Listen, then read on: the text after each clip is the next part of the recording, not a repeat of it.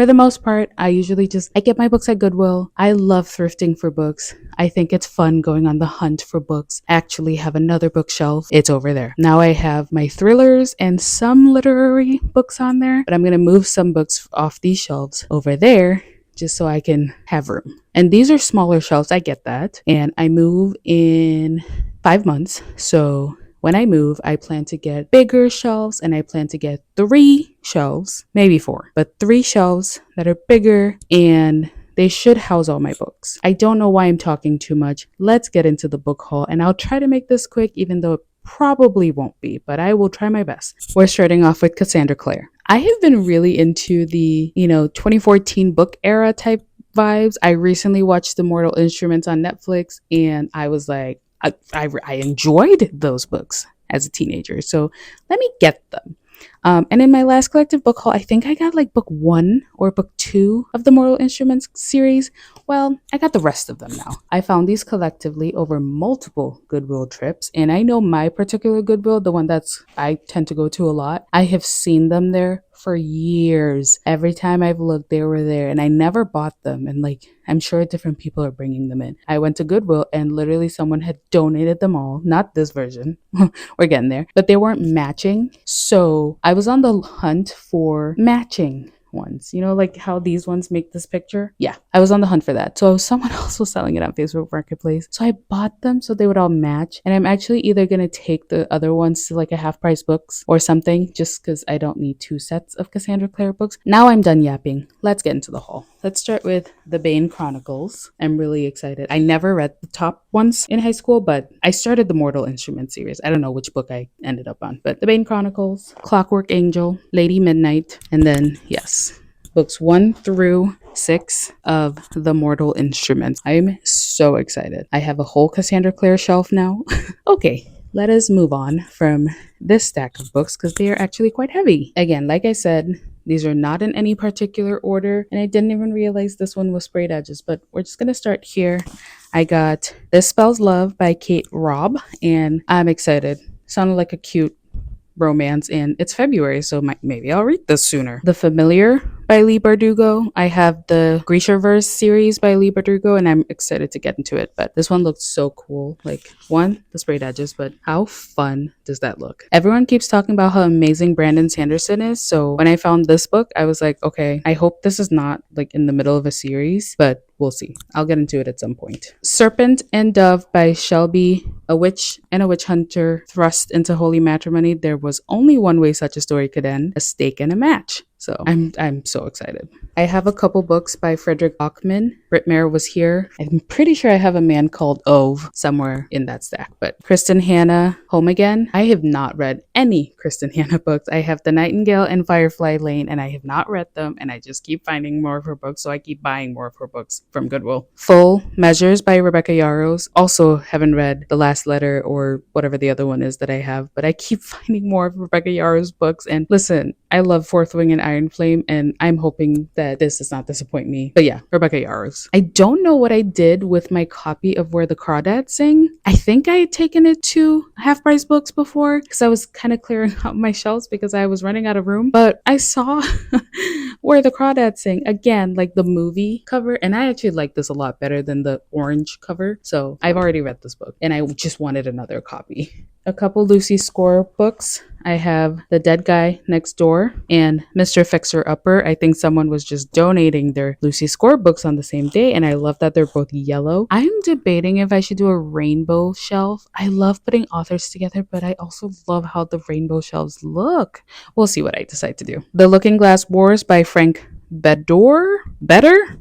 Most of these books, when I'm thrifting, if it looks interesting, I'll buy it. It's like $2. So typically when I get books, because I get them for so like ridiculously cheap, I don't mind getting them. And then if they sit on my shelf for a long time and then eventually I'm like, I have no interest in reading this, I will either just redonate, take it to Half Price Books because I can get like a couple bucks for it, or I'm looking for little free libraries. I found one once, but there wasn't really anything in it. So I'm looking for little free libraries in my neighborhood. So yeah, I don't mind buying books that I literally know nothing about. But if it sounds interesting, I'll get it. If it sits on my shelf and I have zero interest in reading it afterwards, I will redonate or Little Free Library or Half Price Books. So I don't mind getting books for like this was $2, you know? I don't mind getting it. Also, if you're a healthcare worker, Goodwill on Wednesdays has a discount for healthcare workers. So I love to go to Goodwill on Wednesdays because those end up being like $1.50 each. So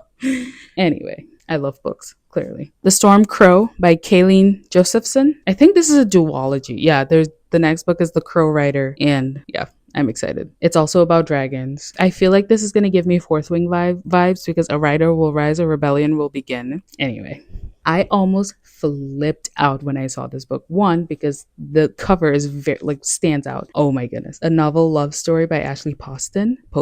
I loved The 7-Year Slip. And when I found this, I was like, it's fate. You know, I already had To All the Boys I Loved before, but on two separate Goodwill trips, I found the entire The Summer I Turned Pretty and then the entire To All the Boys I Loved before. I read the first The Summer I Turned Pretty book and I started watching the TV show. So I don't know. I love a good YA story sometimes, and I'm excited to read the rest of it just because I love The Summer I Turned Pretty. And yeah, if I don't end up enjoying them, I know a lot of people who would love to read this entire series. So here we go. My stack of books on the floor keeps growing and growing and growing. It's scaring me. This looked so cool. It's called The Shadow in the Glass by JJA Harwood, a gothic twist on Cinderella that is truly quite exquisite. I like, you know how there's like a million different Cinderella movies? I feel like this is just another one of the Cinderella books, but the cover was so pretty. Like, this is how I want all my books to look, by the way. Like, I just want it to be magical looking and like just artsy and creative and fun. Anyway,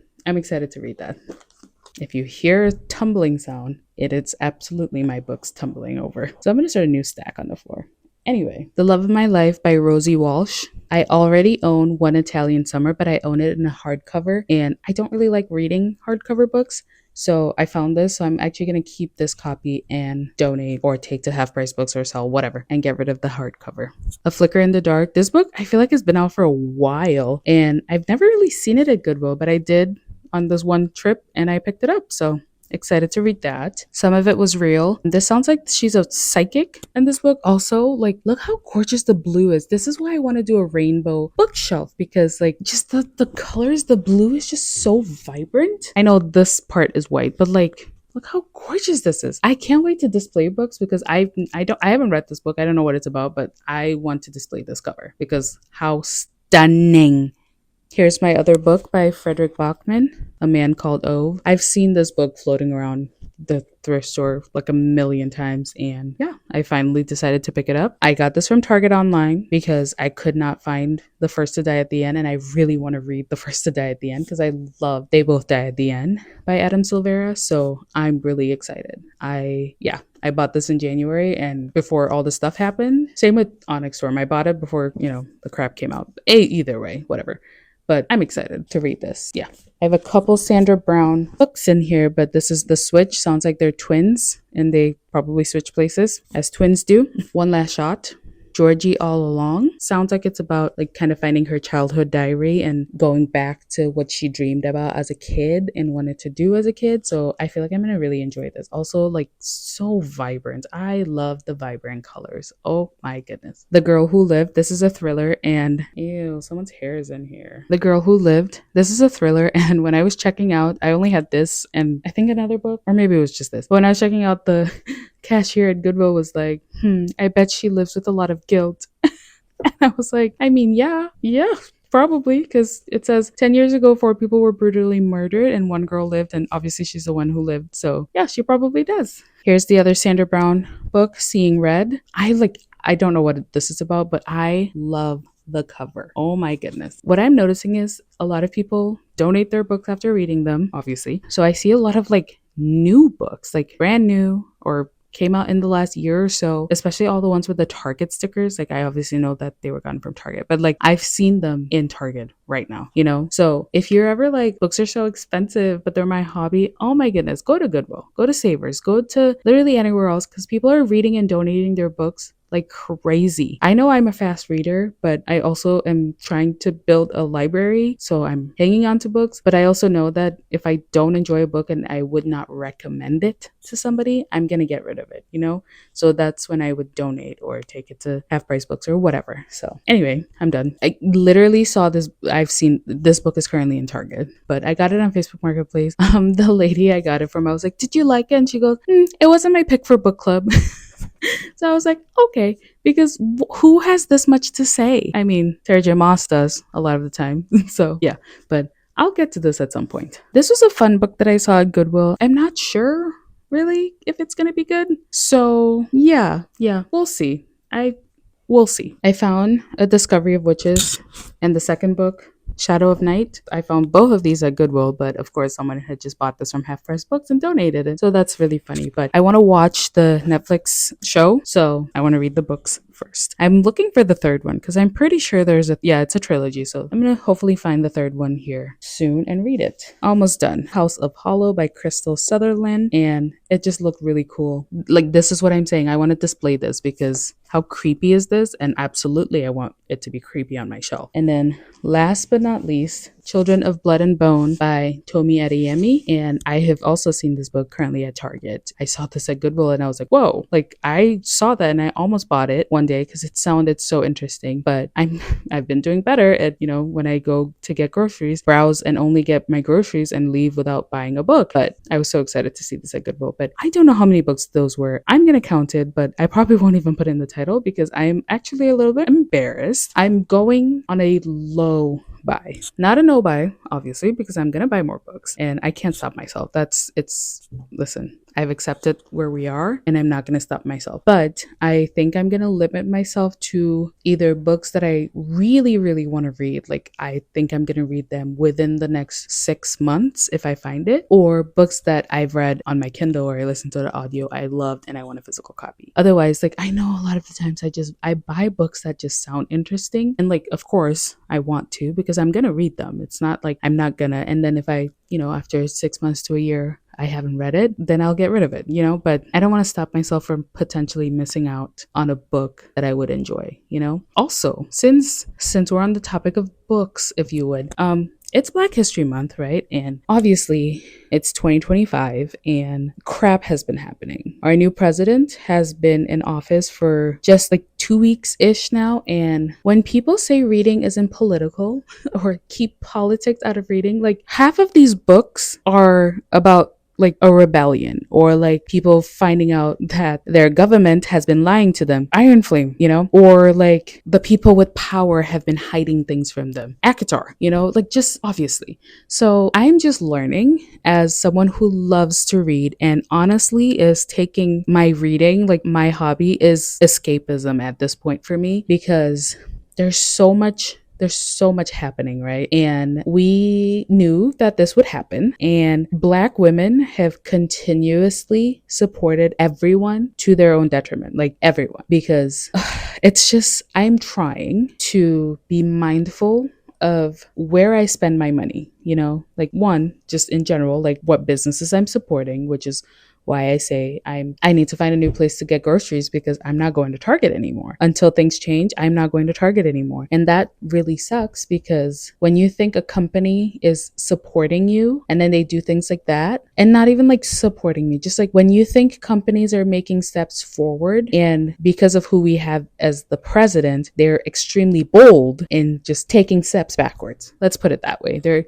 like, people and companies are so extremely bold about it, but when you add the layer of a convicted felon and a racist, and when you add the layer of that person being in office, being the face of this country, of course companies are going to be empowered to say and do whatever the hell they want to do. Twin Cities Pride kicked Target out of their lineup, lost $50,000, posted about it, and the community gathered and made up that money very quickly. So it's just like I am putting my money into companies that serve me. Now, I don't know anything about all of these authors that I've bought. I also know that a lot of the time supporting certain authors. So this is why to me, I love to buy my books secondhand, Facebook Marketplace, Goodwill, thrifting in general, and just like I want to read and have the entertainment and frankly the escapism without, I don't know, feeling the burden of like supporting every single author. And granted, there are certain authors that I love.